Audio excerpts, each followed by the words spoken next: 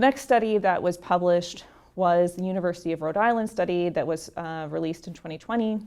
And that study showed that for properties in a rural nature, and they defined rural as being 850 persons per square mile or less, which is quite dense by a lot of standards. And they found that homes and solar facilities in this rural nature actually had effectively zero or no impact to adjacent property values. There was another study that was published by the Georgia Institute of Technology, also published in 2020, that analyzed agricultural farmland transactions, and they found no direct spillover, positive or negative, on agricultural land value. And the final study that I want to highlight is the Berkeley National Lab study that was helmed by Ben Cohn, and that was published in March of 2023.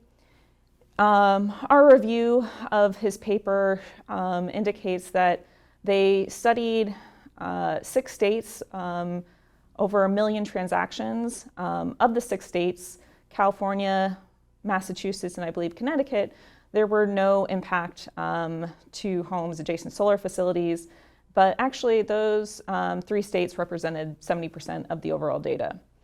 The other 3 states that they studied showed a negative impact, and overall, I believe across the entirety of the study, it suggested there was a negative 1.5% impact to property values.